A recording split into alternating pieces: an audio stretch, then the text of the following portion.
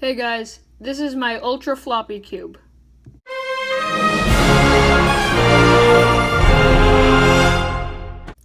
So, this cube was inspired by Nathan Wilson's 30 Days 30 Builds series, and I will link the video for this specific puzzle in the description. Now, Nathan called this a super floppy cube, but it actually has more ways of turning than a super floppy cube, since on a super floppy cube, you could turn like this, you could turn like this, but you couldn't turn like this. So there are more ways to turn it, and thus I am naming it the Ultra Floppy Cube. So let's start out with why it looks so bad. This is my first ever modification, and I had absolutely no idea what I was doing. I basically just cut off the mechanism of a bunch of the pieces, like all but 4 of the pieces, 4 edge pieces, and I didn't know how to shorten the screw, so this part of the screw head is exposed because I couldn't get it to be with the center. And the pieces were just cut in a really bad fashion altogether. Also, these stickers. These stickers are really badly placed because, again, I had no idea what I was doing. And the turning quality is also pretty bad, but it works, and that's really all I care about. So basically, I just wanted to do this because I thought it looked cool, and the first time I attempted to do it, I failed. This model is made out of a Chi sail, while the other one was made out of a YJ Guanlong. And on this cube, you don't actually have to glue on all of the caps. I realized that when I made this piece, the cap fell off, but it still works. But the rest of the pieces still have the piece cap on them. But on the Guanlong, you actually have to glue in the cap, because otherwise the piece will just fall apart in the cube, and it'll split in 2 parts, and you don't want that. And I forgot to glue on the cap, so the first model wouldn't turn at all. Also, I find that the Chi sail is a much easier cube to work with, as there's a lot more stuff inside of the mechanism. What I mean by that is that the mechanism is a little more, there's a little more plastic in there, and that makes it a little bit easier to grip while you're cutting the pieces.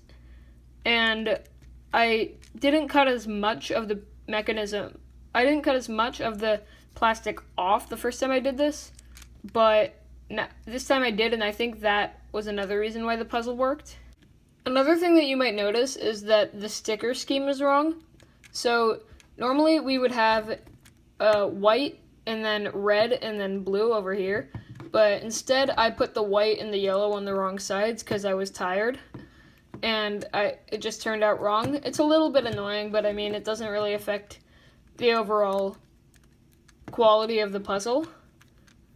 So that's pretty much it for the showcase, and now I'm just gonna do a quick solve. So I guess we should start scrambling it by doing the non-shape-shifting moves. That would be good, like you would normally do on a cuboid. And then, after a few times doing that, we can start doing the shape-shifting moves.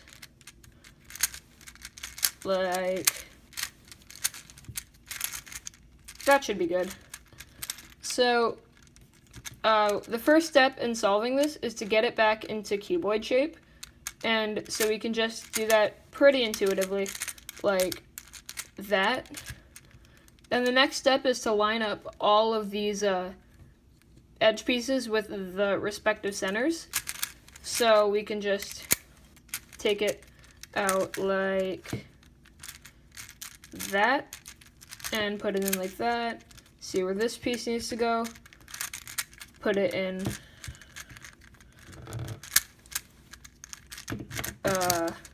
here.